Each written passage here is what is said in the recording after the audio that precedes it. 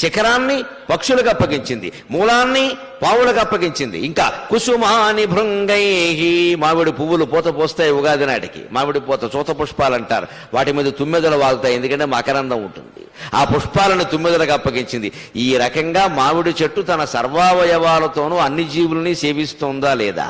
దాని మూలం పావులకు ఆశ్రయం కల్పించింది, దాని శిఖలు కొసలు పక్షులకు ఆశ్రయం కల్పించాయి, దాని కొమ్మలు కోతులకు ఆశ్రయం కల్పించాయి, దాని మకరందం తుమ్మెదలకు ఆహారమైంది. మనం ఎంతమందికి ఆశ్రయం కల్పించాం, ఎంతమందికి అన్నం పెట్టాం, ఎంతమంది మన వల్ల బాగుండాలంటే బాగోపోవడం ఏంటండి? మా ఆవిడ్ని నేనే పోషిస్తున్నా, ఇంక ఈ మాట బయటికి చెప్పక తంతారు ఎవడైనా. మీ ఆవిడ నువ్వు పోషించకపోతే ఎవరు పోషిస్తారు?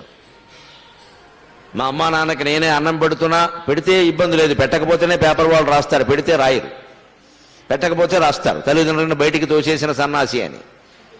మనం ఎంతమందికి వేరే వాళ్ళకి ఆశ్రయం కల్పించాం, వేరే వాళ్ళకి ఎంతమంది అన్నం తినడానికి మనం సాయం చేశాం, ఎవరికైనా ఉద్యోగం ఇప్పించామా, పని కల్పించామా, ధన సాయం చేశామా, మాట సాయం చేశామా, వస్త్రాలు సాయం చేశామా, ఏ సాయం చేశాం?